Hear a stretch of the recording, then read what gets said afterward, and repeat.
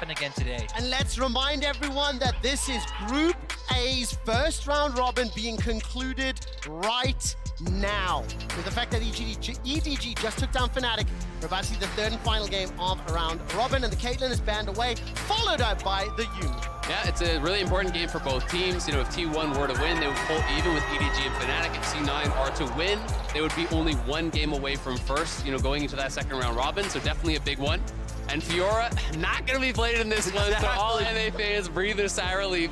And I think it's just a huge point when you are going up against T1. And I like what T1 are following up here, taking away something like the Sejuani. When I'm looking at them, Owner has lent more heavily on some of these playmaking junglers like the Lee Sin, even leaning towards things like the Viego. So take away the simple, easy to execute champions that let Cloud9 fall back on the team fighting. I've got this horrible feeling that I like. I think banning Sejuani against the North American squad is a good thing, because I think they've had a little bit of an infatuation with that. Absolutely. I mean, I think there's been a much higher priority on MF, on Fiora, and Sejuani for the NA teams, you know, compared to kind of the other scrim bubbles that we're seeing around the world. I would rather see that Sejuani priority be on something like the Maokai, you know, move towards that, which has been really, really strong. And I do think Maokai is very first pickable here, unless T1 are going to ban it away. Azir also very high prio, so I wouldn't mind seeing Jensen even just slap down at Azir right now. Aatrox it feels open too. so strong in the meta. I think those are the two major options. Fudge in NA has preferred to go more in the counter matchups to the Aatrox, and I think that's kind of why we were seeing the Fiora. So I do expect the Azir, and it does make sense. You know, he feels comfortable in that. With Fiora banned out, I would think he might go towards a Jax or a Camille as an answer, something that has a little bit more of an ability to 5v5 than the Fiora that we saw from him in the first couple games. Yeah, and I'm curious actually to see what T1 answer with here in terms of mid lane, because we've seen Faker, he's been willing to bring out the Assassins. He picked the Akali into the Azir in their first matchup. We have things like the LeBlanc, which we know Faker's famous for, or could lean back into the Victor, which we've been seeing come more and more in the recent days. But there's Owner locking in the Viego, which we've already seen him on. Honestly, I would love a Poppy here from Blabber. I mean, I think Poppy is incredibly strong. You already have two dash champions. You already have a fair bit of physical damage. I think it can pair very, very well. Gnar would seem like a perfectly fine answer into the Aatrox. You know, definitely not a lane counter by any means, but something that can hopefully absorb that pressure and then look to 5v5. But I do think Poppy fits really well into the C9 draft and denies a lot of the picks that we've been seeing as well. Jax was that earlier option I was talking about. Jax, Camille are things that he likes to go to. One of the things I love about both of these top laners, Zeus and Fudge, both of them only have one Aatrox game this entire summer. And this will be the second Jax. So you get the Poppy as well as the Jax as well. So I mean, everything as far as like I would predict for C9 going pretty according to plan. We'll just have to see if Fudge can really make it work here. You know, this is a guy that has extreme confidence in himself. You know, he said in an interview that he is the NA GOAT. Everyone just doesn't know it yet. He's going to get there. Faker, though, moving back to Lissandra. So this is more one of those facilitating picks. And it can allow them to have some very powerful skirmish power on the top side. You know, when you look at their 3v3, their 2v2s, can be pretty nasty in the early game with the amount of lockdown that this three-man squad has. And this Lissandra, 7th time played this summer since MSI. Only 3 wins for Faker, 3 losses. Tiny bit of hopium there, New York. Yeah, still though, I actually like it into the context of what C9 have picked up so far. Not going to be able to be stopped by the Poppy with the W, as well as just very hard to pick things like the Akali we've seen him leaning into when the Poppy can cancel his dashes, and the Victor really hasn't been working out too well. So I like that T1 are leaning on hard early prio and playmaking. Now, Zell, what are you anticipating from this bottom lane? I remember when we first saw Cloud9 talking about Sven's champion pool. Can he play those engagements? Nautilus looked okay in the laning phase, but then sort of fell apart later.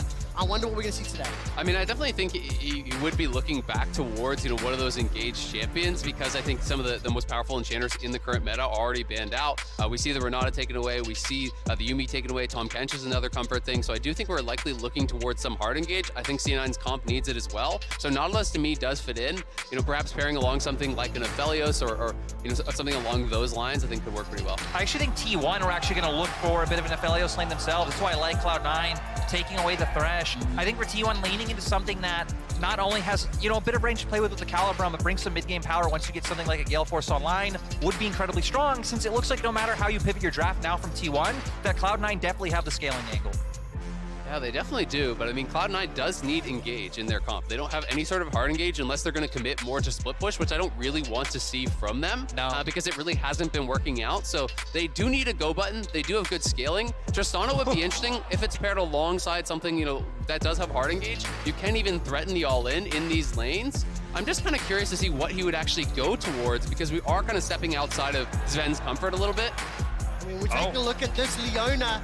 this would be the first support Leona all year long for Sven. I believe professionally speaking as well. It is paired with the Tristana. It is what you were looking for, but Sven needs to deliver. He absolutely does, and this is why I was a little bit unsure. You know, it is definitely a meta pick, but it's not really been his Sven pick so far this year. But this guy is an absolute workhorse in solo queue, in Champions queue. He's always grinding away, so I definitely have the faith that he can have under his belt. But this feels like Kai'Sa Prio, you slap down that Alistar, so much pressure now on Berserker to actually buffer the rocket jumps properly to be able to actually get out of those, because the hard engage here is incredible from T1. Alistar going in, Lissandra coming over the top, Kai'Sa ults in to follow up.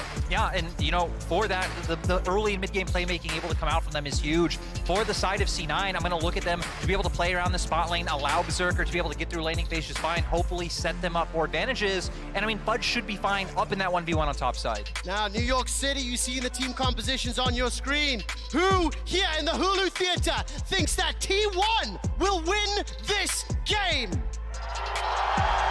No, Trevor. This is America. Who thinks C9 is going to take this game? I have literal goosebumps from the volume in this crowd, and we've said it several times. There are battling fandoms. There are fans of every region, every team spread throughout this theater.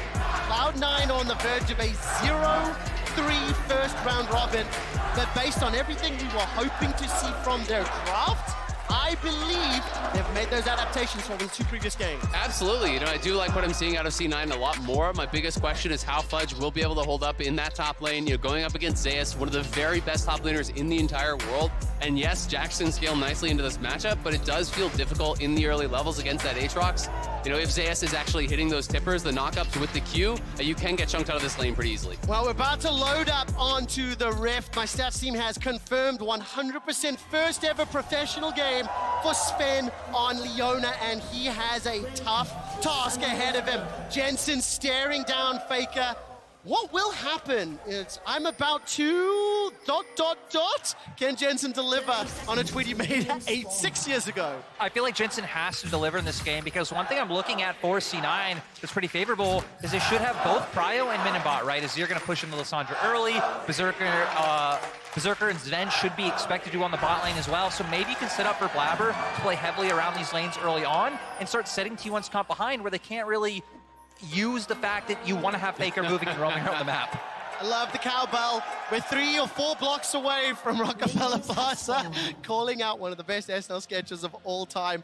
And then Kerry and Sven, 2 players I will be keeping my eyes on throughout the course of this laning phase. Absolutely, and you know, when you call back to the can't wait to comp Faker tweet, you know, it did not go well for Jensen after that. If I recall correctly, he was getting zoned in between the 2 towers by Faker after that one, so definitely looking for a better performance in this game. Blabber looking like he wants to invade and start enemy Raptors. It is a great strat on the Poppy. You know, you clear through those Raptors very, very fast. I'm curious to see, though, will he commit to more of a split map situation, or is he just going to try to go Raptors to Raptors and try to defend his own bot side? Because those paths can be quite strong. Yeah, I definitely feel like Blabber should head down and actually play with his bot side. Yep, he's going to be able to do it. He's going to set up Jensen quite well, but can they actually defend it? That's kind of the question, right? Because Owner's already there. Yeah, it looks like Owner should be able to get this one.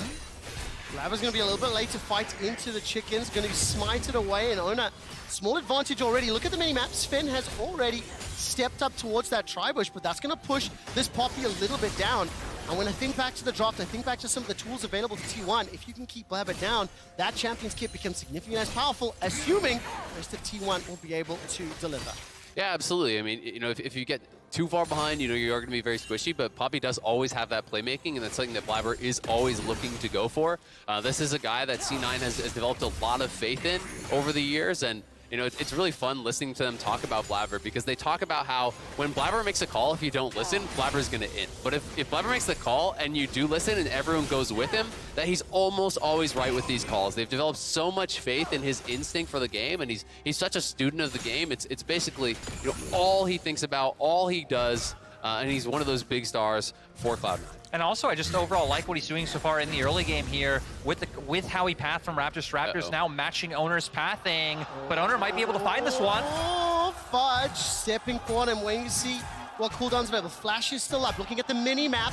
Blabber's making his way into Owner's jungle. That's a leap forward. The third Q gets the knock-up. Counter-Strike will channel the stun. Vice sometime flashes into the tri-bush. Here comes Blabber. Leap across the ward. Fudge is out, but Summoner Spell blown. Successful game. Yeah, and Owner, I mean, looking for one of the plays that set T1 up for success in their season, right? All about playing around their top side. That's how they're able to beat EDG on day 1 too, but with Fudge able to get out, not able to get it. It's Grabber, baby. We're on the board.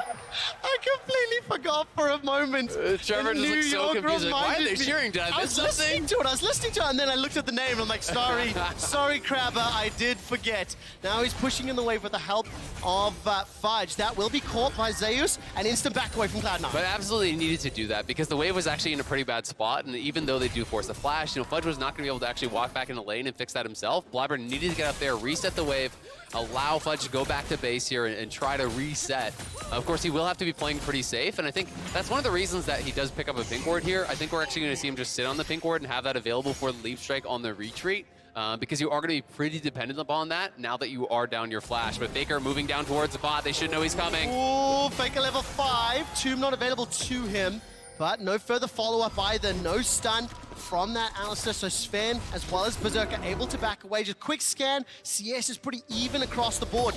And with the exception of that flash being blown top lane, we haven't seen anyone picking up that first advantage just yet. Yeah, still though, overall nice use of the window by Faker. Recall TP'd back to lane and it gave him that potential angle to move down towards bot side. But Owner just wants to keep invading these Raptor camp because he does have the timer, knowing when Blabber did walk up to start those and finish them himself. Blabber has no smite, so it should be Owner's as long as he's willing to actually commit that smite to it here. And I don't think we're going to see any sort of a fight over it because Faker did have the move. He just cheated into that side lane brush very nicely. And that's going to keep Blabber away from actually committing to any sort of a scrap over it. So T1, you know, doing a good job here, but we are treated to a pretty even early game thus far. Yeah, no real significant advantages. A couple 100 gold here or there. Almost all of the lanes thus far playing fairly reserved, I think, as you would expect based on the drafts. Yeah, absolutely. You know, and I think for the C9 side, for once, it's not concerning, right? You know, when you look at the drafts in the previous 2 games, you were really feeling C9 had to snowball the game, had to get out to a big early lead. This time around, Tristana, Jax, Azir, you're chilling. As long as you're farming evenly, you're going to be pretty happy about your state in the game. But I am interested to see how Berserker handles a lot of these fights because he didn't take cleanse, and there is a lot of CC on the other team, so he feels like an easy target. Yeah, and I also feel like T1 have done a good job of setting this up to put C9 in an uncomfortable position. We saw the lack of vision they have now, and with Faker hitting level 6, this is where T1's wanting to find windows to start making these plays on the bot side. Oh, Alcove Gamer, Alcove Gamer, Alcove Gamer! The 2-man knockup! First blood secured by Carry, and frankly, I don't even know if bonus damage was needed. Honestly, just great patience coming out from Owner to make sure that the play worked. I mean, not even having time to use summoners there from Sven, just instantly deleted down, and now T1's bot lane in a great position. And if I can say, it's Sven's performance I'm the most interested in terms of the scaling, the team fights, the philosophy that helped Cloud9 pick up so many of their wins. It wasn't necessarily this look for him that was stepping up. Blabber once again, this time shadowed by Carrier. Oh, Carrier just now spotted them, but they saw Carrier as well. So now Blabber's in an awkward spot. Here comes Faker. He does have ulti. That's a very good passage over. The Claw of Doom comes out from Faker. Does he commit the flash? Holding on to it. Blabber gets knocked up into the air at least once and manages to waddle his way to safety. Flash blown. It's just such a good read from Carrier. He knows we made a play bot. There's going to be an answer on the top side. Blabber was looking for the invade, and Zeus was in a spot where he would be vulnerable. But because Carrier is there, Faker has pushed mid. He makes the roam up. They cover Zeus, and they get that flash off the C9 jungler. I also do believe that we saw Sven actually start walking towards spot lane before he reacted by going up. Oh, Berserker! that was bold! That was confident from Berserker. Well, he knew that Carrier wasn't going to be there. Yep. He just didn't expect that Owner would be coming in for a lane gank, right? And he would win that 1v1 pretty heavily, but it's a great read. Again, T1 are foreseeing what C9 want to look towards. First, they expect the gank towards topside. Carrier answers that. Then Owner says, all right, you're going to attack bot now, so he's there answering as well. Fight, fight, fight! Infernal Chains pulls Fudge backwards. Zeus wants to eat him alive. Keep your eyes on this minimap. Carrier on the Alistar has picked up those boots of mobility. Part of the reason I think we're going to see him moving around the map and supporting the other lanes. Yeah, but we see C9 now with Owner having just made that play towards bot side, knowing that he must have camps up, now getting full control over bot side. We do have Dragon up. We haven't seen too many teams opt into early Dragon still here at the World Championship, but if C9 can start stacking these up and again, give themselves a bit of insurance later on, that would be huge for them. It would, but I think with Poppy, it's just such a long take on the Dragon that unless they get massive bot lane or mid lane prio, I don't think they're going to be willing to actually start that up. Owner will be spotted out, and you can see that C9 is cheating up towards mid lane, trying to be there in case there is sort of a play that Zen has to answer. But for now, I think C9 really are happy to just keep farming this out. The longer this game goes, while it is at relative parity, the better they are going to be feeling. But Jensen in trouble now. Is indeed. Emperor's Divide by so much time.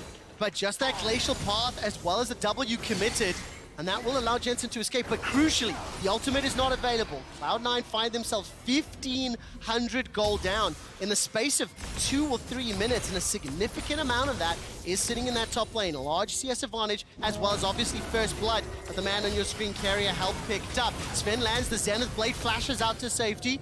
Ona and Blabber stepping forward. The verdict is held for now. Poppy Copter backs out, and the fight fizzles. I mean, Zeus is just doing such a good job up in that top lane, and T1, has been up there to help them, right? They get up there, they force out the flash with Owner, the wave's in a bad spot, that creates an advantage for Zeus. Then, when Zeus could be actually preyed on by this gank from Blabber, Carry is there as well.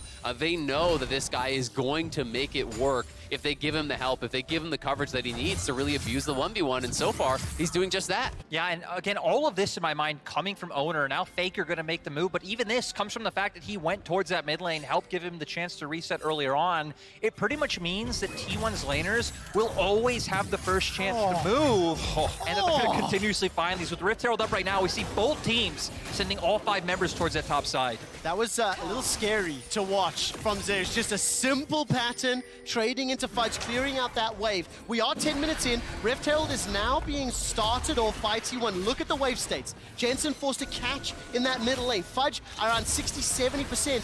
And the call is a little uncertain. Back away, step forward, back away. They're not sure what they're doing. I feel like C9 should not have even moved. Leave Berserker bot lane. Tristan is one of the best tower pushers. Pretty much the best. You could have taken 2 plates bot for free. They make the move up here. They're not really sure if they want to commit. I just didn't feel like they had the setup to actually be able to do it.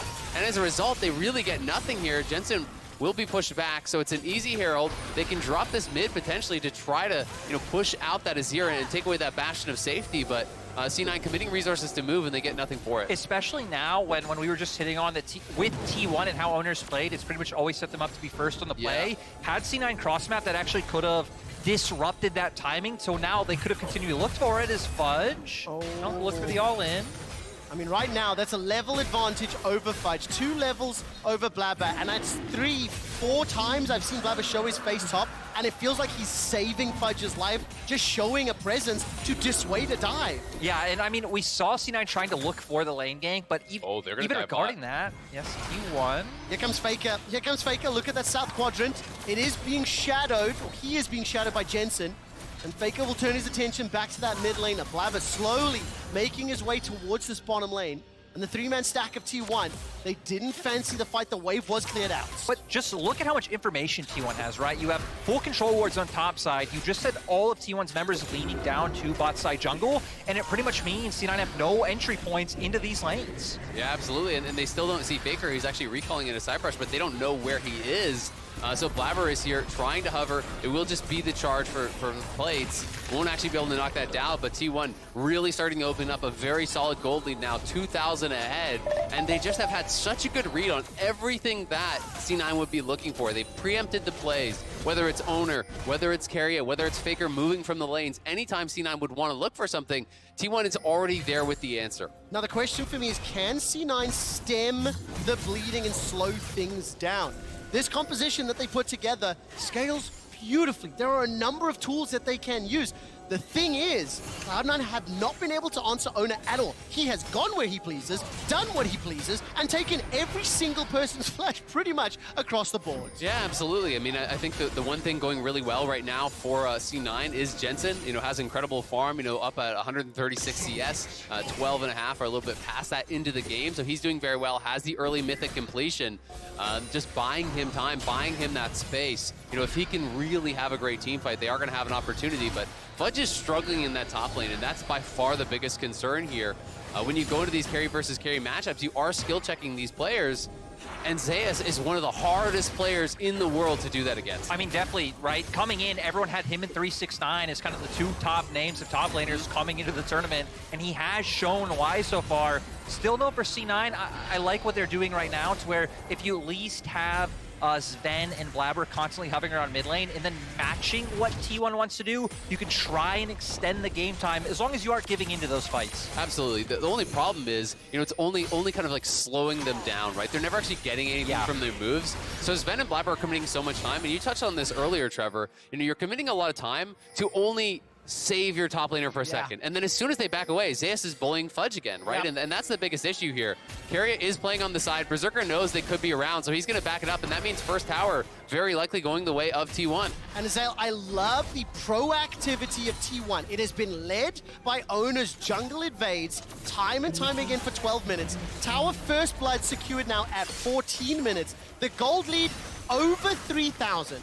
There's been a Mythics advantage on the side of T1 for a while, but it does feel to me like their focus around slowing Blabber down in the early stages, invading the jungle, pulling them behind, and look at this itemization difference. Thrift store shopping for Berserker into Kraken Slayer, and nearly second item completed. And I think this is exactly when T1's comp really hits their stride, right? I mean, Lissandra Viego, we've seen this combo so many times before. One item, so much burst able to come out, the lockdown's there, and then the resets coming out for both champions. So even though C9 can slow them down, definitely going to have to start trying to find those opportunities across map. Now, I will say, exactly as we talked a little bit about, Jensen on this Azir, he is up 25 CS. I think some of that movement from Faker has allowed Jensen to make sure in this matchup he has that small advantage.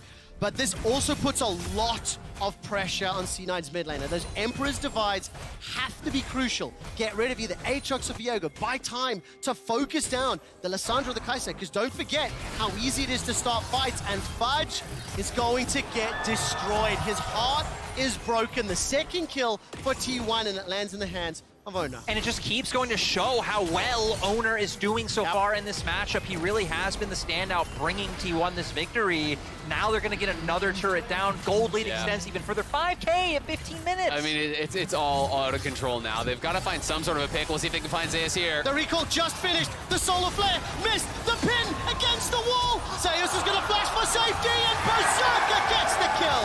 The LCS and Cloud9 get one, but maybe at the cost of 1.5 or 2 turrets. Yeah, it's at the cost of so much more. You rotate your 5 members top to get a pick, but you're losing the mid tower. You're losing the bot tier 2, or at least it's getting very, very low. And this top gap has just become an absolute canyon.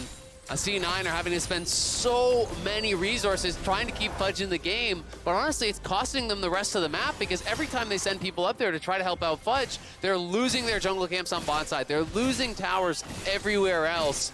And it's becoming a very, very difficult game to see Cloud9 clawing their way back into. And sadly, it goes to what we set up coming out of draft, right? The fact that Fudge has leaned heavily on things like the Fiora in the previous 2 games, now playing the Jax. Honestly, maybe looking forward for C9, especially when you are in a group with people like Zeus coming in. You're going to have to lean on some weak side top laners and try and make it through these laning phases. I mean, talking a little bit about the group, T1, Cloud9, Fnatic, they've got so much history. I mean, throw ETG in as well. At all time, Cloud9 have played T1 4 times previously. They are 0-4 against the organization. This is the 5th time they are facing off. And this is a incredibly precarious position. Now, obviously the game has been dictated and controlled by T1 significantly. We are playing for Cloud Rift right now. And for Cloud9, again, the same thing we said 10 minutes ago remains true. You need to slow down the pace of the game. Stop letting them get ahead. A second teleport's being channeled. Faker's making his way in. Blabber and Spin about to arrive. So far, 2 for 2. The Ring of Frost may cost Faker his life. He goes golden. Gumayushi is going to be backed up by Keria. The Killer Instinct. That's 1. That's 2. Jensen pump for a triple. Guma gets a quadra. And we see Guma popping off. Faker able to buy so much time. They were able to pick up the Rift Herald as well. They're barreling down the bot lane. Zeus is also pushing in topside. They have everything. Costa curses do not exist. T1 just obliterated that fight. And that's about all she wrote, it feels like, for this one. T1 erased Cloud9 off the map.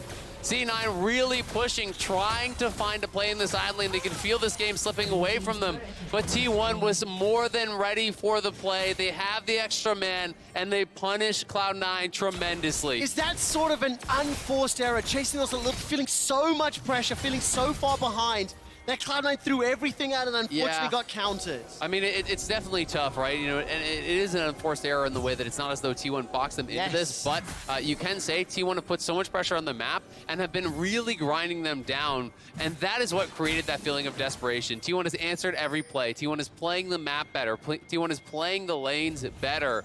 And that is what really felt like it boxed Cloud9 into this situation where they feel like they've got to be desperate. They really do. Of course, Faker teleporting in for a brief moment. I thought he was in trouble. Zayo's about to solo Jensen. Emperor's Divide buys some time, enough for Owner to arrive. No flash available. Sand Soldiers doing work, and Zayos does not give a damn. The help of Owner sets that one up. I just briefly want to highlight, this is Faker's 100th game at the World Championship. Do you know how many he's won out of the 99 before? 71 of them. I was gonna say, not too surprising. That's for what disgusting. the most dominant player in League of Legends history. I mean, it's just so incredible. To put that into context, you know, it's like almost 3/4 of his games against the absolute best players in the world. Is truly astounding, and to do it for as long as he has is amazing. Desperation time for Cloud9. They do find him knocking the wall, but Faker still has ult, he has flash, he has exhaust, he's in no trouble. Self-casted, Glacial Path over.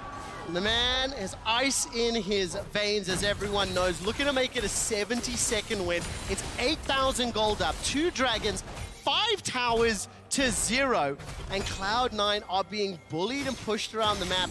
If you are just tuning in, I think a lot of credit to Owner in the early game. I think he really dictated the pace. Cloud9 never got a chance to start anything because Owner was in their face. He was everywhere, but even after he got that first timing, going back to something that Azale was talking about earlier of choking them out, I really liked how they constantly would dedicate 3 or 4 members maybe down to bot, but have a majority of their vision up towards top side. It actually really did a great job of making it so hard for any cross-map plays to come out from C9 before they fell into such a gold deficit. Well, to me, in so many of these games, you know, team play has been the name of the game. It's about how they, you know, facilitate each other, right? How they actually work together as a squad, how they're covering for each other's players every single time. They're one step ahead, right? You know, Keria reading and covering the gank on top. And then Owner knowing Keria needs coverage on bot for Gumayushi, so he's already there as soon as Berserker tries to go aggressive. And T1 has just done such a great job, and now 20 minutes in, they're just starting the Baron. They want to get this one over with. Oh man, this is going so low. This is done. This is finished. They're going to finally burst it out, and C9 never get a chance to engage. The Solar Flare was held. They're down nearly 10. They are down 10,000 gold. Fudge gets chunked just a little. Glacial Path goes in. Insta-stun against the wall. Emperor's Divide as the Keeper's Verdict. Can Cloud9 win the fight? Berserker! Baron was secured. The stun doesn't land. Zeus escapes for now. The Buster Shot buys more time. Cloud9 are still alive, but not for long. Not enough. And they were smacked by T1's wallets. Look at the health bars from T1 dancing in and out of the fight so incredibly well. Berserker could never get the reset. The T1 team fighting just incredible. Nearly a 12,000 gold. What? Guma absolutely popping off. Killer Instinct goes in, Q comes out, and Berserker just stood no chance. What a phenomenal fight. I feel heartbroken for Cloud9. They pushed and held the line, and every skill shot hit, but they are so far behind in the stats game, it ultimately didn't matter. Yeah, they just don't have enough gold to really hammer it through. You know, I do think the fight is played out pretty well here. Berserker was free-firing for most of it, but he's just so far behind that he can't actually finish anyone off. Zeus getting so much health healing there, not quite burst down. Jensen on the side getting taken out by Gumayushi, and Berserker, you know, he gets Owner very low, but then he gets a reset. Faker is living with no health. Keria is living with no health. They just can't quite finish off the T1 players to turn it around, and we're back to live, and we're back to watching C9 die again. Now C9, I mean, just now really feels like Nails kind of going into the coffin. Gold lead just too big. They're already buried. Item The coffin's sealed up. are already there. Cloud9, I can tell you one thing. T1 took EDG down in 22 minutes and 50 seconds. So you've lasted longer than EDG, but not by much. T1 is pushing into the base as the Glacial Path is followed up. The Tomb is available, waiting for a target. T1 have got an inhibitor in the top lane, a turret in the middle lane, a turret in the bottom lane. A second inhibitor is falling, and this team looks unstoppable right now. T1 just winning everywhere across the map. The team play has been immaculate. They have all the super minions now baroned up, and C9 not going to be able to prevent this push. No, they're not. The Poppycopter's charging and held. A few more seconds are needed. A stun against the wall for Carrier, and he taxis via Fudge to the Nexus turret. Faker still has that ultimate available to him. Baron, empowered super minions pouring into the base. All three inhibitors secure the solar flare, sidestepped by Guma. And T1 waltz out of the base, take 3 inhibs, 4 turrets, and explain nothing as they escape. Well, C9 are down 15,000 gold, but bright side, there's going to be a lot of super minions to farm up, you know? Maybe potentially going to see Berserker actually get to buy an Infinity Edge this game, maybe. Yeah, I think T1 just about have this one wrapped up. C9 again trying to look for picks. It's all they really can do. We'll see if they can get Owner down. Let's find out. Not just yet. The watch is stopped. The timer is started, and Berserker still can't do it. He can't get Owner. Guma's turning his attention now towards Fen with the backup of Faker, and Owner's going to continue to chase forward. Fen will get melted. Berserker's going to hop over the wall and get chased down by the killer instinct of Guma Yushi, and now Fudge he wants the penta! He's going for it. The pentakill. Guma's chasing. He's hunting. Where's the missiles? That's a leap forward. Vision is spotted. Blast cone over the wall! Carrier, you monster! Carrier able to stop Fudge. They're still going for it. Captain Rain. Look at the super move of the Nexus. Fudge is going to escape for now. The Winions take down Cloud9. T1 able to show such an immaculate bounce back after losing to Fnatic yesterday. Again, the team play was on point. Owner especially completely dominating the map in the early game. 72 and 28. That is the win-loss record of Faker at the World Championship. 0-5 Cloud9 against T1. And despite the improvements, adaptations, changes to draft, ultimately T1's early game, and I think Owner really stepping up. I think Owner was incredible, but to me it was even more about Zeus and how good this guy was in the 1v1. Owner, Carrier were able to enable him, Faker moving around the map, able to cover, but really it was the massive advantage that was gained through top lane by Zeus in that 1v1 that really made it a sinking ship for Cloud9, where they're trying to plug up holes, they're trying to recover, they're trying to find ways back in, but they never truly could, because all the time spent up there attacking Zeus really just bought them a little bit more time. It never actually stemmed that bleeding. It really didn't. That one team fight that could have been different. Just a moment ago, Cloud9's faces on camera, that is tough to watch. The team is 0-3 after the first round robin, dropped those games, and that was a tough loss for Cloud9. Yeah, I mean, especially now looking at every other team in the group sitting at 2 wins, like a pretty big hurdle to overcome if you still want to have any hopes of making it out of this group. Yeah, I mean, it feels almost impossible at this point. There is, of course, a way